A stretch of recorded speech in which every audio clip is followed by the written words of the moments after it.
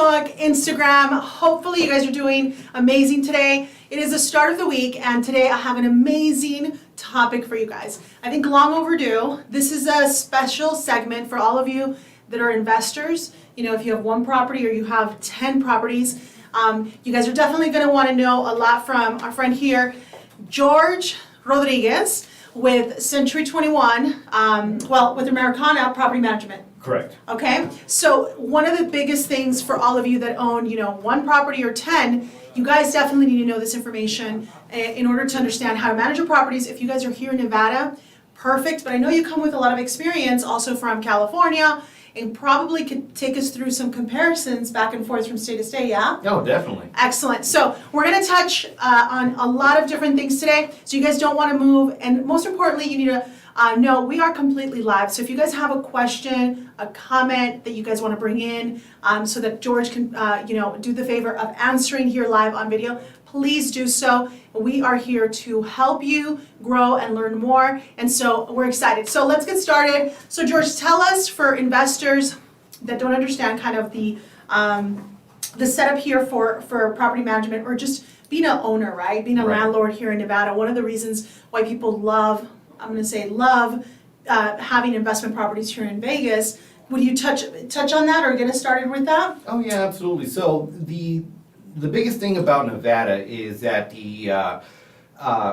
first of all, the cost of living in Las Vegas is way less expensive than it is in California, right? Yeah. So the opportunity to have investment properties here in Las Vegas is really much bigger than it is in California, because let's be honest, people are moving from California over to Las Vegas, Nevada, because of the cost of living. The rents are way less expensive, the utilities are less expensive, and so on and so forth. And so the opportunity to have so much investment here in Las Vegas is much, much greater than would be in any other state.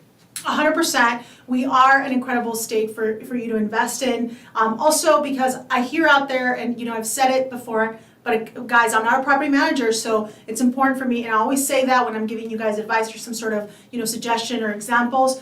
But George is, and that's why we have him here today, so that he can really speak on this with you and help you really understand. I always say that here in Nevada, or here in our county, we are kind of landlord friendly, right? Correct. So explain to us what that means, and so people can understand a little bit more. Well, I'm going to correct you a little bit on that. So Okay. we are very landlord friendly, but it's moving towards being tenant friendly. Okay. All right. There's so many laws on the books. All of you that want now. to buy property, don't listen to this part. There's so many laws on the books, but they haven't passed yet. But we have several people that are fighting in our favor to make sure that these laws don't pass. But whatever the case may be. But what I want to say is, in California, it is way more more tenant friendly in California than it would be in Nevada, right? So here in Las Vegas, we do tend to have several laws that are in benefit of the landlord. So with the eviction process is way less time to be able to get possession of the property than it would be in California, to collect rent and things of that nature. So I will say that Nevada is an investor's dream when it has to do with any kind of investment properties. Yes. So that's exactly what I wanted you to help me with, George, because I definitely want to keep everyone coming to Vegas. Although a lot of people say we don't want it to continue growing because now we have traffic, which we didn't have before. But the point is that we want more of you to understand, especially if you're here in Nevada and you are looking to, possibly understand a little bit more. You're trying to buy that second property and possibly keep the one you live in. Now you're going to be an investor. So what happens there, right? You're an investor of one property versus 10. The rules are the same, George? The rules are completely same.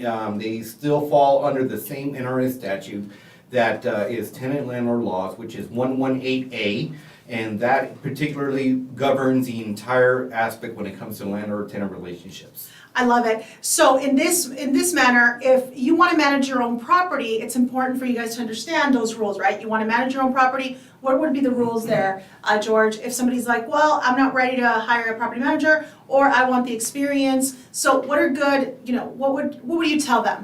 Advice, friendly advice. Friendly advice. I want to put my business hat on right now and basically say, when it comes to property management, you have to be prepared to take on all the headaches.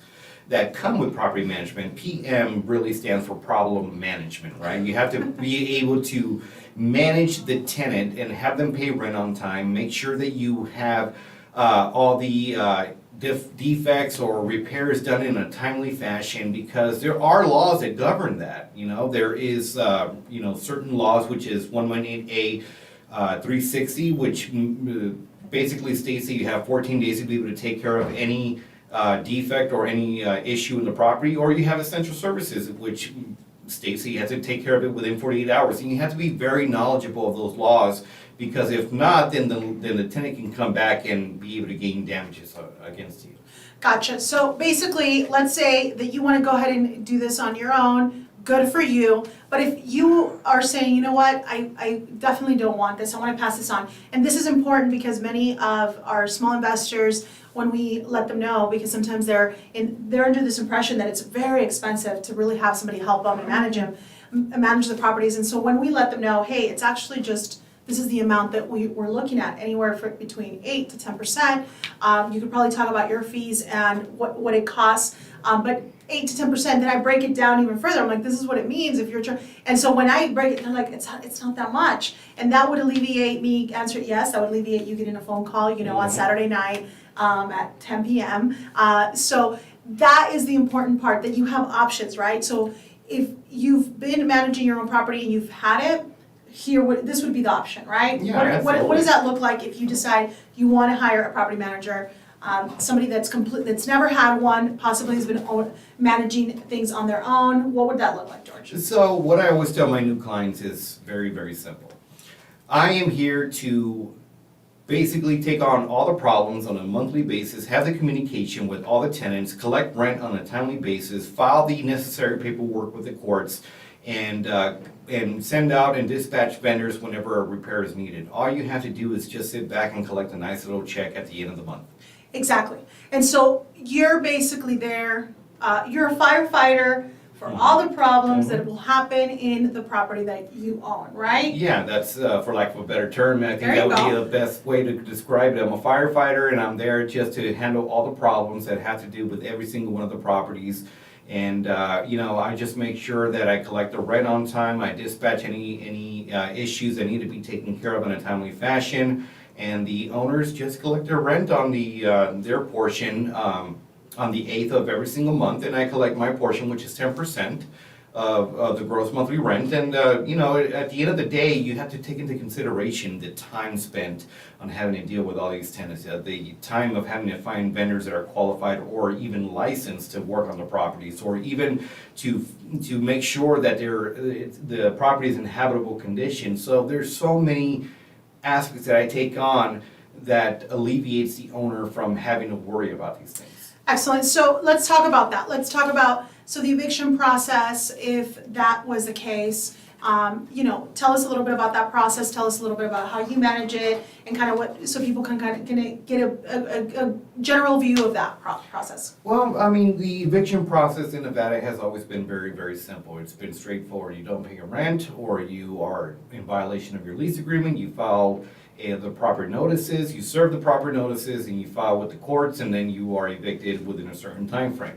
Now, those time frames have extended during the COVID pandemic from when it used to be 2 weeks, now it's up to 3-4 months. Okay. But I will say this, that AB 486, which is the most recent law that was put into effect because of COVID, has expired as of today. Oh, very nice. So that means that that. those protections are no longer available. Now, I mean, there are laws in the books, but our governor has actually vetoed so many laws currently that is more in favor towards landlords than it would be towards tenants. You're right. And so we heard about this, and again, I'm not going to go into politics or anything like that, my friends. That's not what we're here for. But I did notice that we had certain information come through probably about a couple months ago, and the conversation was about that. It's we want to let investors have the freedom in a way that they've had this far to really be able to make income, right? Create income for themselves rather than lose. Because technically speaking, if we continue to be owner or landlord friendly, it'll continue bringing in a lot of the growth that Vegas has seen, right? Well, you have to put it into perspective when it comes to a business, right? If you have a property that is not paying rent for and we saw this during the pandemic where we saw properties not pay rent for 2 years. We saw people owing $25,000. Now, those protections did not mean that you were not owing that money, but at the end of the day, the owner was left without income or without the ability to be able to pay mortgage for 2-3 years. Yeah. So we need to get back to where we once were, and so that way that's where we're headed right now. So the idea here, my friends, is that if you are an investor or you want to think about investing, and maybe one of the things that when people start thinking about investing that I hear often is, well, I don't want to deal with the tenant, and I don't want to deal with that uncomfortable part. Well, the best part is that you don't have to deal with it. You can actually hire a company like Americana Property Management. Correct. with George, and it's only a 10% cost to you, meaning that all the headaches, all of that liability, you don't have to know all of these rules and all these special, bills or laws, or because you hired somebody to know them exactly and make sure that they're protecting you, right? So if you guys are watching us online, or if you guys have any sort of questions, please put your questions here on the live video. I can take a look and see if there's any questions there already. But most importantly, what we want to deliver today is just the point of, you don't have to do it alone. You don't have to feel like you're doing it alone. And a lot of folks are afraid of getting into this. I really see it as a wealth building opportunity to become, a landlord, to start building your assets, your portfolio, have your second, your third property. Especially if maybe you've been managing your properties and maybe you have one or two and it's been stressful, and that's the reason why you're holding back from buying a third or fourth. Well, you could easily just put that in somebody else's hands, have a firefighter like George, and make sure that this person is the one that's handling kind of all of the craziness that happens with property management. Because to be honest with you, even with us in the real estate world, a lot of the issues that are filed against a lot of agents, real estate professionals, mortgage companies, all of those complaints are usually property management issues. They come in with heavy burdens, right? And so a lot of real estate professionals don't have a licensing to be able to manage your properties. You need to understand that as well. And so, many times what we've done is there's things we can, for example, myself, I'm a real estate professional. I don't have a property management license because, I like to have some hair. And George, how long have you been doing property management? I've been doing property management for almost 20 years. For 20 years, yeah. And what, you're like 38 years old? I wish, I'm 41, okay?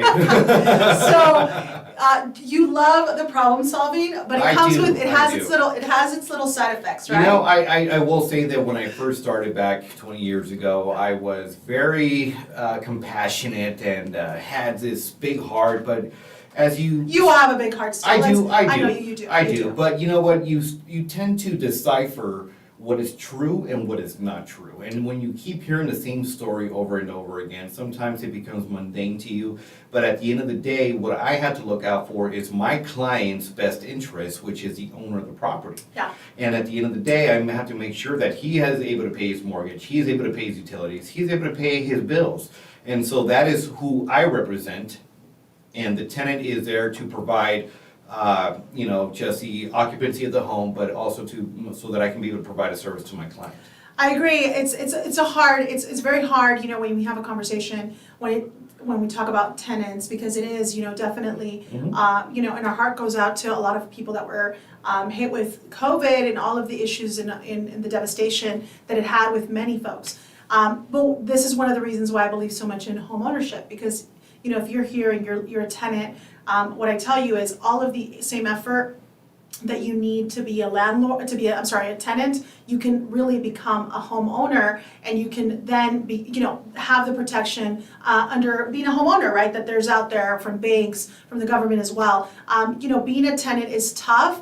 But like you said, also on the other side, on the receiving end, when you're an owner, some people don't know that some of these owners still have mortgage payments, tax bills, insurance bills, and so that you don't know that COVID also came and dealt them a hard hand as well. And so many times, tenants might not have that. And so you're right. It's really looking at both sides, and your job is to really just follow the rules. At the end of the day, it's all about following the rules. It's not really about, am I going to listen or am I gonna sympathize with your situation versus my landlord's? It's more of like, these are the rules. If you don't pay, these are the rules. And like you said, explain to me again what happened today, or what took place today as far as the protection. AB 486, which was a new Assembly bill law that was put into place when COVID took place because to protect renters and basically extend the eviction process, expired today.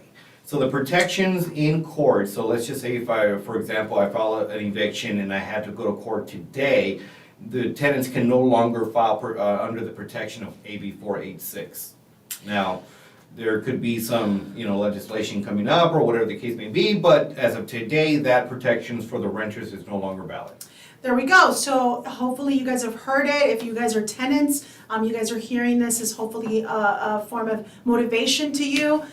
There is a lot more you can do as a homeowner versus a tenant. So please move forward and buy your home. But more importantly, if you're a landlord, you hopefully can take a deep breath, and now that you have a little bit more of a faster path towards. It seems to be that way, yes. Yeah. There's no longer protections under that particular law that is going to be in favor of the tenant. So I think that the eviction process is going to streamline through the court process. There we go. So this is good news for landlords, because now you're not going to be waiting for a year to get back back rent or whatever it's called. That balance that maybe was never going to come back anyway. So again, thank you, George, so much for today. And I mean, we didn't even plan it. I didn't even know that this was happening today, but it's exciting to know that for those of you that are landlords, for those of you that are owners, that there are things out there, especially here in our county, I would say, that we still have, county, city that really looks on our owners versus our tenants kind of as, kind of making their life a little easier, which is nice, because I think they definitely took a hit here through COVID. So any questions you have in regards to property management or owning more property, understanding how you can become an investor, you need to ask those questions and understand that there are always, resources, there are always folks that are willing to really help you with those headaches. And sometimes you think it's very expensive, but you don't realize that it's a very doable fee. So again, fee for property management, George, is at 10% of the gross monthly rent, yes. 10% of the gross monthly, and you guys handle headaches, the burdens, The burden, phone calls, everything. rent, collecting, depositing, yes, along with even the eviction process, right? If somebody doesn't pay. So there's a lot involved and included in that 10%. So my friends, any questions you may have on this topic, or if you want to become an investor, you need to ask. Thank you for the comment. Thank you for very valuable for me. I appreciate it. Acrylic. Any questions that you may have, please don't reach out. But most importantly, I want to make sure that if you have been thinking of being an investor, or you want to continue growing as an investor, that you don't let anyone take that dream away from you. Because again, I will say, and I'll repeat it 1,000 times, building wealth through real estate is really the #1 vehicle for majority of us, right, here in America. So you don't want to let go of that dream, especially not because of the small little headaches that somebody can help you with, and at a very, minimal, great price. So again, thank you, George, for being here today. Thank you to Americana Property Management, because I know we refer a lot of our clients that want that support and that service. So thank you, everyone. Have a wonderful night. Hasta luego. Bye-bye.